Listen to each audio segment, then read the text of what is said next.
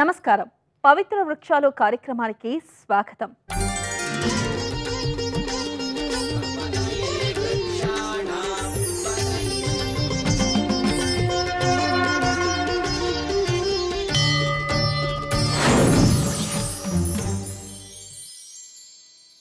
ప్రపంచంలో ఎక్కువ కాలం జీవించిన జీవం చెట్టు. అవి మన భూమి మీద 370 మిలియన్ సంవత్సరాల నుంచి ఉన్నాయి.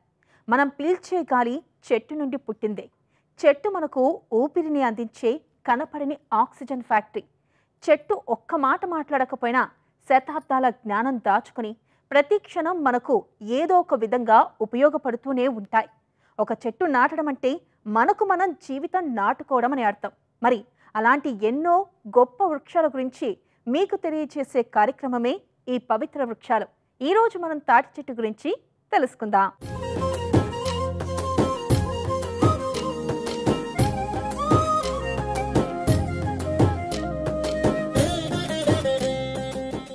తాటి చెట్లు అంటే తెలియని వాళ్ళు ఎవరూ ఉండరు. తాటి చెట్లను గ్రామ సంపద అంటారు. పల్లెటూర్లలో పొలాల చుట్టూ తాటి చెట్లే ఎక్కువగా ఉంటాయి. తాటి ముంజలు తినని వాళ్ళు ఎవరుంటారు? తాటి చెట్టు ఆకులతో చాపలు, పుట్టలు, సంచులు, విసనకర్రలు, టోపీలు, గొడుగులు ఇలా నిత్యావసర వస్తువులు ఎన్నో తయారు చేస్తారు. పెళ్లిళ్లకు తాటాకు పందిరి వేయడం ఆనవాయితీ, శుభసూచకంగా భావిస్తారు. వేదాలు, శాస్త్రాలు కూడా తాటాకుల మీదే రాశారు. తాళపత్ర గ్రంథాలు అంటారు వాటిని. ఈ తాటి చెట్లలో 2600 రకాల కంటే ఎక్కువ జాతులు ఉన్నాయి. మరి అలాంటి తాటి చెట్టు ఆధ్యాత్మికంగా ఎంత గొప్పదో ప్రముఖ ఆధ్యాత్మికవేత్త శ్రీ కాకునూరి సూర్యనారాయణ మూర్తి గారు ఎంతో స్పష్టంగా వివరించారు. చూసేద్దాం. శుభమస్తు. శ్రీరామ జయం. తాటి చెట్టు ఎంత పెద్ద మాట ఇది! అద్భుతమైన మాట. వేటూరి ప్రభాకర శాస్త్రి గారు ప్రత్యేకమైన ఒక గ్రంథమే వ్రాశారు తాటి చెట్టు మీద. ఆంధ్రుల కల్పవృక్షం తాటి చెట్టు అన్నారు ఆయన. ఒక గుడిసె వేసుకోవాలా? తాటాకు మొదలు నిట్రాటగా ఉపయోగపడుతుంది. గ్రామాల మధ్యన కాలువలు ప్రవహించేటటువంటి తరుణంలో కాలువ దాటాల తాటి చెట్టు మొదలు అడ్డుగా వేసుకుంటే ఆ కాలువని దాటడానికి మనం ఉపయోగించవచ్చు. తాటాకుల పందిరి వివాహం అవుతుంది ఆ ఇంట్లో అని గుర్తు. చలువదనం కలిగిస్తుంది ఈ తాటాకు. బావిలో ఉన్న నీరు ఇలా చేదుకునే ప్రయత్నం చెయ్యాలా? తాటాకులతో చేద కూడా సిద్ధం చేయవచ్చు. ఎండలో పడిపోతున్నారా? తాటాకులతో గొడుగు అల్లి చేత ధరించి ఎండ నుంచి మనల్ని మనం కాపాడుకోవచ్చు. ఎండ విపరీతంగా అయిపోయింది. అప్పుడు తాటి ముంజలు, తాటి పండ్లలో వచ్చేటటువంటి నీరు శరీరానికి చల్లదనాన్ని కలిగిస్తాయి. రైతు బాంధవుడైనటువంటి బలరాముడి రథం మీద ధ్వజం, ఆ ధ్వజం మీద రెపరెపలాడేటటువంటి జెండా అని అంటామే, ఆ జెండా తాటి చెట్టు. కురు పాండవులకు, పాండవులు వేరు కాదు, వారు కూడా కౌరవులే. 105 సోదరులు. సంపూర్ణమైన కౌరవ వంశానికి కురువృద్ధుడైనటువంటి భీష్మాచార్యుల వారి రథం మీద ఉండే టెక్కం జెండా. ఆ జెండా మీద ఉండేటటువంటి వృక్షం కూడా తాటి చెట్టు, తాళధ్వజుడు. 27 నక్షత్రాలలో అత్యంత పెద్దనైనటువంటి నక్షత్రం జ్యేష్ఠ నక్షత్రం. ఆ జ్యేష్ఠ నక్షత్రాన్ని జ్యోతిష శాస్త్రం తాటి రిక్క అని సంబోధిస్తుంది. తృణరాజా వయస్తాళ అంటూ అమరకోశం ఈ తాటి చెట్టుకు 2 పేర్లు వివరిస్తుంది. ఒకటి తృణరాజం, రెండవది తాళం. తలతి ప్రతిష్టతే దృఢమూలత్వాత్ ఇది తాళ. దృఢమూలత్వాత్. తాటి చెట్టు మూలము మొదలు ఎంత దృఢంగా ఉంటుంది అంటే, ఒక పెద్ద ఉప్పెన వచ్చినా, భయంకరమైనటువంటి పెనుతుపాను వచ్చినా, ఎంత పెద్ద గాలి విసరినా ఆ తాటి మూలము చెదరదు, తొణకదు, బెదరదు. దృఢంగా అలాగే నిలిచిన ఉంటుంది. తల ప్రతిష్టాత్ అంటూ మనకు అమరకోశం ఆ దృఢత్వాన్ని సూచిస్తుంది. తెలుగువారిలో ఉన్న లక్షణం కూడా ఇదే. ఏ కష్టం వచ్చినా నవ్వుతూ ఉంటాడు, నవ్వుతూ ఎదుర్కొంటారు. కాబట్టి తెలుగు వారికి ఆంధ్ర కల్పవృక్షం తాటి చెట్టు అంటారు వేటూరి వారు. తాటి బెల్లం నేటికి మనం వినియోగించేటటువంటి మధురమైన పదార్థాలలో ఒకటి. ఒక వివాహం అయింది, ఎల్లాలి మెడలో తాళి కట్టడంతో ఆ వివాహం పూర్తి అవుతుంది అంటారు. నేటి కాలంలో బంగారు బిళ్ళలు మనం ధరింపజేస్తున్నాం. పక్క రాష్ట్రమైన తమిళనాడు ఇతర ప్రాంతాలలో ఒకే బిళ్ళ ధరింపజేస్తారు. అలాగే ఉత్తర భారతదేశంలో కుంకుమ మాత్రమే అలుతుతారు. వివిధములైన ఆచారాలు ఉండగా అసలు ఈ ఆచారాలన్నింటికీ వివాహమైంది అని చెప్పేటటువంటి గుర్తు తాళి, తాటి మట్ట. తాటి ఆకును ఒక్కదానిని ఇలా సేకరించి చిత్రంగా ఒక మడత మడిచి ఆ పైన దారంతో ముడివేసి గళసీమలో అలంకరించినట్లయితే అది తాళి అని మనకు ప్రాచీనులు ప్రత్యేకంగా తెలియజేసేటటువంటి వారు. అలాగే కిష్కింధకాండలో ఈ చెట్టు ప్రస్తావన ఉంది. 40వ సర్గ 42వ సర్గలో మేరు పర్వత శిఖర సానువులపై ఈ చెట్లు విపరీతంగా పెరిగినట్లుగా సుగ్రీవుడు చెప్పేటటువంటి సందర్భం మనం గమనించవచ్చు. తీగలు, బురగుంజు, తాటి ముంజలు ఇవన్నీ కూడా మనం చూస్తూ ఉన్నప్పుడు ఒక సామెత కూడా జ్ఞాపకం తెచ్చుకోక తప్పదు. ఈ తాటాకు చప్పుళ్ళకు మేమెవరము బెదరమండి అని కూడా కొందరు చెబుతూ ఉంటారు. తాటాకు చప్పుళ్ళు పూర్వకాలంలో పంటలు పండించే సమయంలో అనేక క్రూర జంతువులు, వరాహాలు, అడవిలో సంచారం చేసేటటువంటి ఆటవిక సంబంధంగా ఉండేటటువంటి భయంకరమైనటువంటి జంతువులు అవి కూడా ఇబ్బందులు కలిగించే సమయంలో తాటాకు చప్పుళ్ళు చేసేటటువంటి వారు. దానితో ఆ జంతువులు మాత్రమే బెదిరిపోయేవి. మేము అలాంటి వారం కాదు అనేటట్లుగా ఈ తాటాకు చప్పుళ్లకు మేము బెదిరేది లేదండి అని కూడా మన వారు నేటికి తమాషాగా చెబుతూ ఉంటారు. దీపావళి వచ్చింది అంటే తాటి రువ్వ, తాటి జువ్వ బాణసంచారంలో ప్రసిద్ధం కదా, మనం జ్ఞాపకం తెచ్చుకుంటూ ఉంటాం కదా. ఇలాంటి ఈ తాటి పండ్లు నివేదనకు పనికి రావు. దేవతారాధనలో వినియోగించని పండు, అమృతమయమైనప్పటికీ భగవదర్పణంగా సమర్పించని పండు తాటి పండు. పూర్వం కృష్ణ పరమాత్ముడు చిన్నపిల్లవాడిగా ఉన్న సమయంలో కంసుడు పంపించినటువంటి అనేక రాక్షసులు ఆ కృష్ణుడిని సంహరించే ప్రయత్నం చేశారు.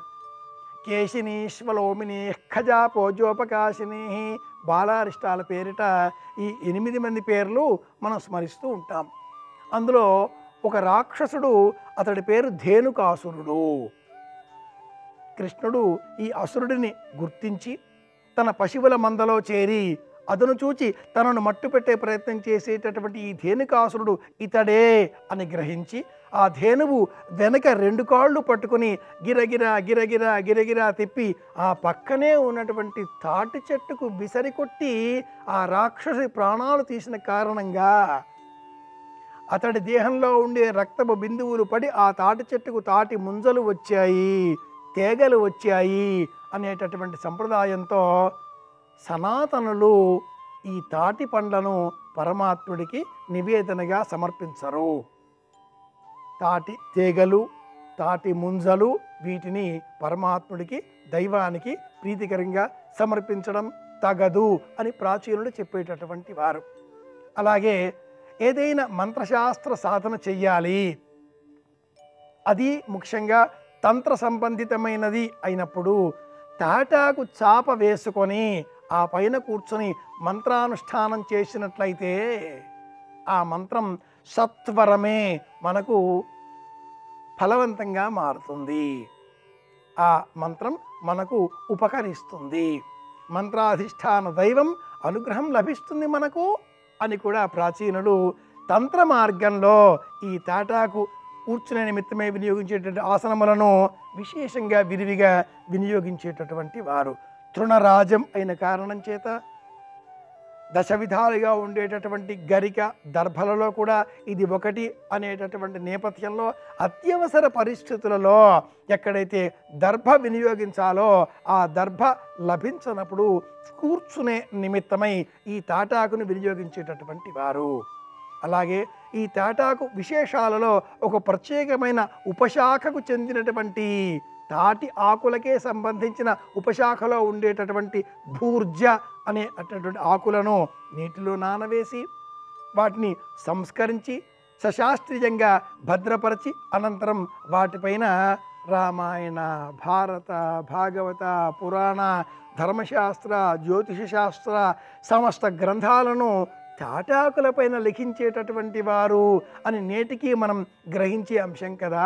అనాదిగా ఉండే భారతీయ సంస్కృతికి ప్రతీకగా ఉండేటటువంటి ఈ సంప్రదాయాన్ని, సాహిత్యాన్ని, సారస్వతాన్ని నేటికి మనకు అందించేటటువంటి సహాయం చేసిన ఆ చెట్టు తాటి చెట్టు కనుక ఇది ఆంధ్రుల కల్పవృక్షం.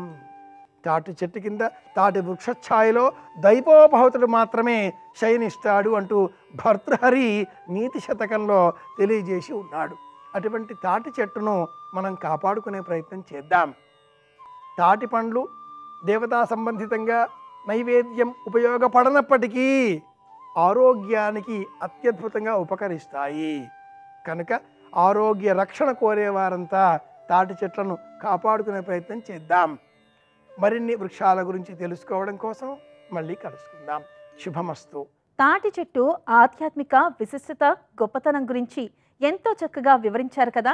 అలాగే తాటి చెట్టు ఆరోగ్యపరంగా, ఔషధంగా ఎంత విలువైనది, ఎటువంటి అనారోగ్య సమస్యల నుంచి మనకు ఉపశమనం కలిగిస్తుందో, ఎన్ని రకాల అనారోగ్య సమస్యలను ఇది దూరం చేస్తుందో మన senior ayurvedic physician doctor Murali Manohar Chirumamilla గారు చెప్పే విషయాల్ని చూసేద్దాం.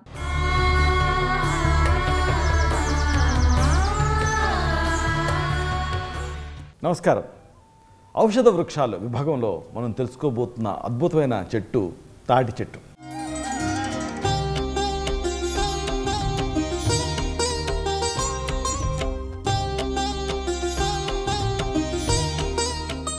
గుడి గోపురంలాగా ఎత్తైన ఆకారం, తానొక్కటై ఊరంతా కాపలా కాసేటటువంటి సైనికుడిలాగా నిటారుగా నిలబడేటువంటి వైనం, తెలుగు నేల సంస్కృతిలో, చరిత్రలో, జీవితంలో అంతర్భాగంగా అనాదిగా మనతో ప్రయాణిస్తున్న ఈ చెట్టు తాటి చెట్టు.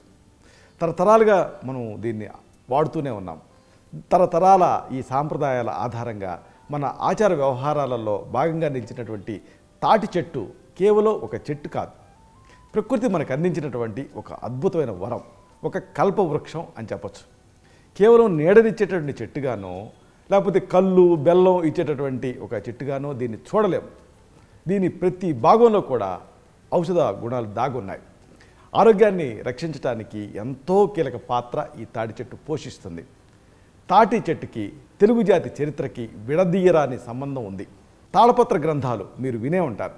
తాళపత్రాల మీద అక్షరబద్ధం చేసినటువంటి మన ప్రాచీన సాహిత్యం, శాస్త్రాలు, సంస్కృతి ఈ చెట్టు తాలూకు ప్రత్యేకతలు మనకి చాటి చెప్తాయి.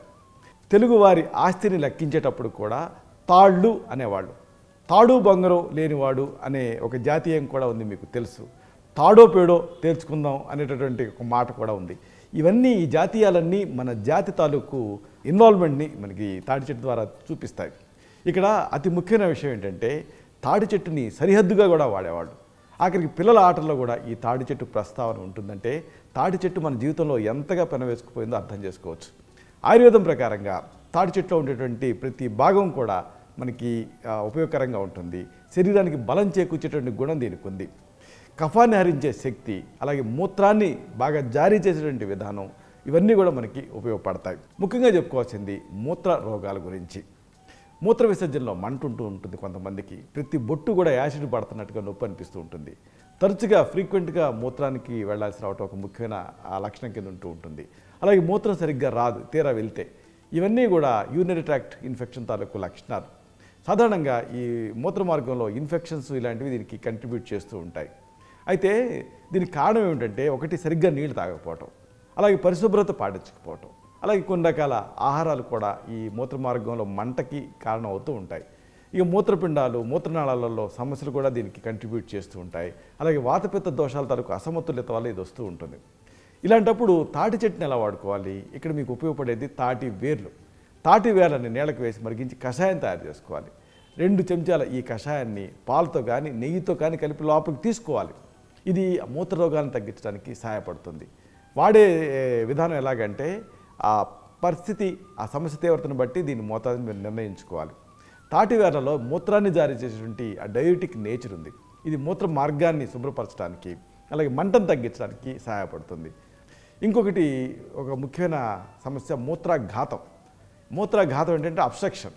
సాధారణంగా మూత్రం దారగా రాకుండా ఆగి వస్తూ ఉంటుంది. అలాగే మూత్ర విసర్జనలో తీవ్రమైన నొప్పి ఉంటుంది.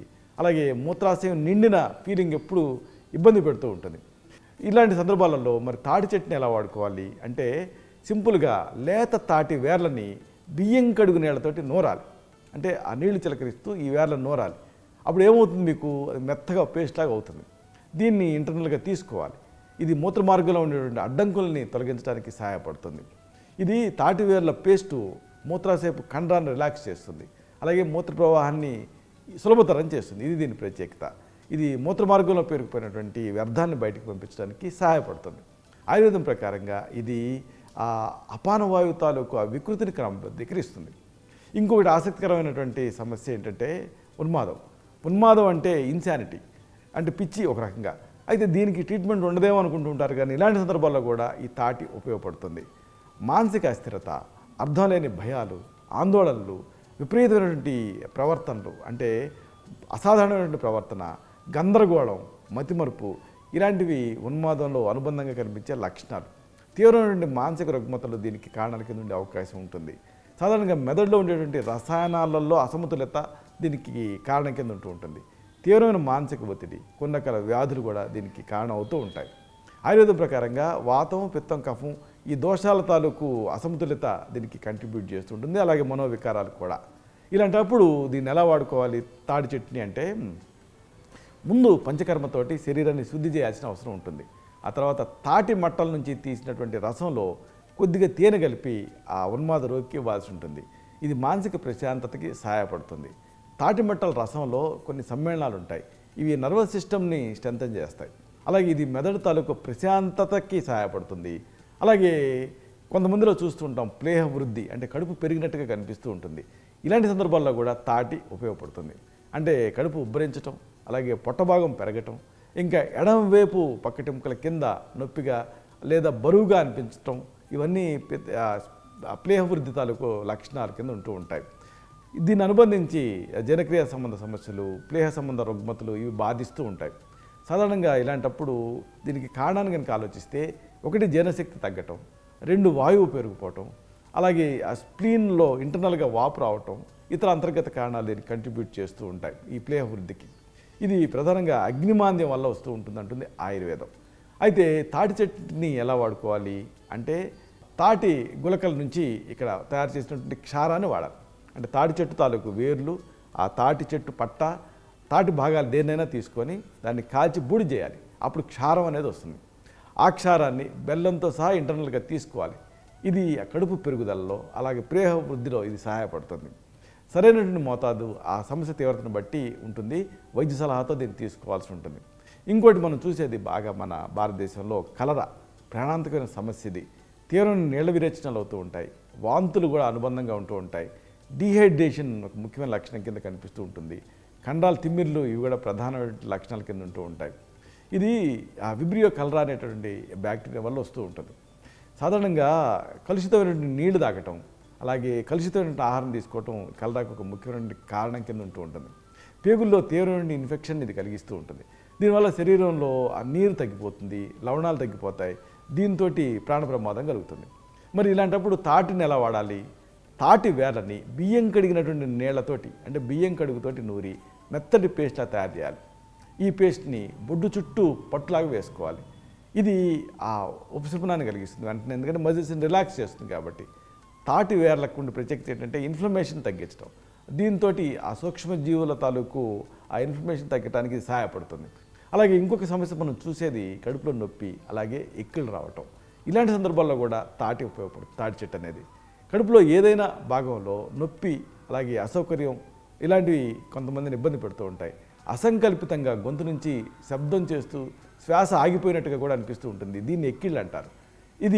దీన్ని అనుబంధించి జీర్ణ సమస్యలు, అలాగే గ్యాస్ పట్టుకుపోవటం, నరాలు ఓవర్గా స్టిమ్యులేట్ అవటం ఇలాంటివి కనిపిస్తూ ఉంటాయి. సాధారణంగా దీనికి కారణం మనకు ఆలోచిస్తే, ఒకటి అజీర్తి. అలాగే గ్యాస్ పెరిగిపోవటం, అలాగే ఆహారపు అలవాట్లలో మార్పులు, ఇంకా నర్వస్ సిస్టమ్ తాలూకు కడుపులో ఏమైనా పుండ్లు తయారవటం, ఇలాంటివి ఎక్కడికి కారణాల కింద ఉంటూ ఉంటాయి. ఇలాంటప్పుడు ఈ తాటి చెట్టు మీకు ఉపయోగపడుతుంది. ఎలాగా అంటే ఈ తాటి వేర్ల కషాయాన్ని తయారు చేసుకోవాలి. 1 లేదా 2 చెంచాల ఈ కషాయాన్ని రోజుకి 2 సార్లు తీసుకుంటూ ఉండాలి. ఇది కడుపు నొప్పి, ఎక్కిళ్ళు వీటి నుంచి మీకు రిలీఫ్ని ఇస్తుంది. ఇలా చెప్పుకుంటూ పోతే 1 కాదు 2 కాదు తాటి చెట్టుకి సంబంధించి అనేక అద్భుతమైన ఔషధ విలువలు ఉన్నాయి. చివరగా ఒక మాటని మీకు మనవి చేయాలి. తాటి చెట్టు కేవలం ఒక చెట్టు కాదు, ఇది మన తెలుగు సంస్కృతిలో జీవితంలో ఒక భాగం. దీని ప్రతి భాగంలో కూడా ఆరోగ్యాన్ని ఇచ్చేటటువంటి ఎన్నో గుణాలు దాగి ఉన్నాయి. వాతావరణ మార్పులకి ఎదురొడ్డి నిలబడేటటువంటి తాటి చెట్టులాగా మన జీవితంలో వచ్చేటటువంటి ఆరోగ్య సమస్యలకి ఎదురొడ్డి నిలబడటానికి ప్రకృతి మనకు అందించినటువంటి ఒక అద్భుత ఔషధ భాండాగారం ఈ తాటి చెట్టు. మన పూర్వీకులు దీని తాలూకు విలువల్ని తెలుసుకొని వాళ్ళ దైనందిన జీవితంలో భాగం చేసుకున్నారు. ఆధునిక కాలంలో కూడా దీని ఔషధ గుణాలను మనం సద్వినియోగం చేసుకొని ఆరోగ్యంగా జీవించడం మన చేతుల్లోనే ఉంది. ఈ అద్భుత వృక్షం తాలూకు విలువని గుర్తించి దీని ప్రయోజనాలు పొందడానికి మనం ప్రయత్నం చేద్దాం. ఇలాంటి మరొక అద్భుతమైన చెట్టు గురించి, దాని ఔషధ విలువల గురించి ఇదే ఔషధ వృక్షాల విభాగంలో మళ్ళీ మనం కలుసుకున్నప్పుడు తెలుసుకుందాం. అంతవరకు సెలవు, శుభం. తాటి చెట్టు గురించి ఎన్నో విలువైన ఆధ్యాత్మిక అలాగే ఔషధ విలువల గురించి తెలుసుకున్నాం కదా. మరో ఎపిసోడ్లో మరో పవిత్ర వృక్షం గురించి తెలుసుకుందాం. అంతవరకు సెలవు, నమస్కారం.